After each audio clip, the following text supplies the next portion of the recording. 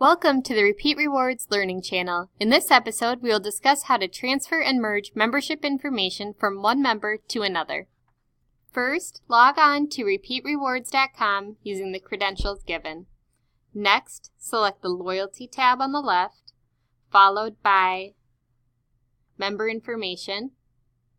Then choose Transfer Member Information. In the first Member to Transfer box, type in the member number for the account you wish to transfer information out of. Then click Find Member Information. You will see four options appear: Delete member when transfer completed, Demographic copy and overwrite, Additional members copy, and Move supplemental member numbers.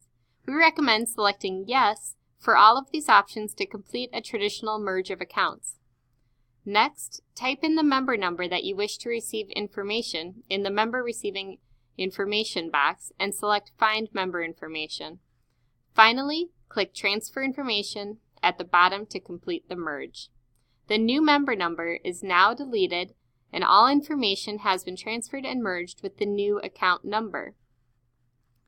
Thank you for watching this episode of the Repeat Rewards Learning Channel. If you have any questions, you may contact us via phone or email at 866-268-4958 or merchant services at repeatrewards.com.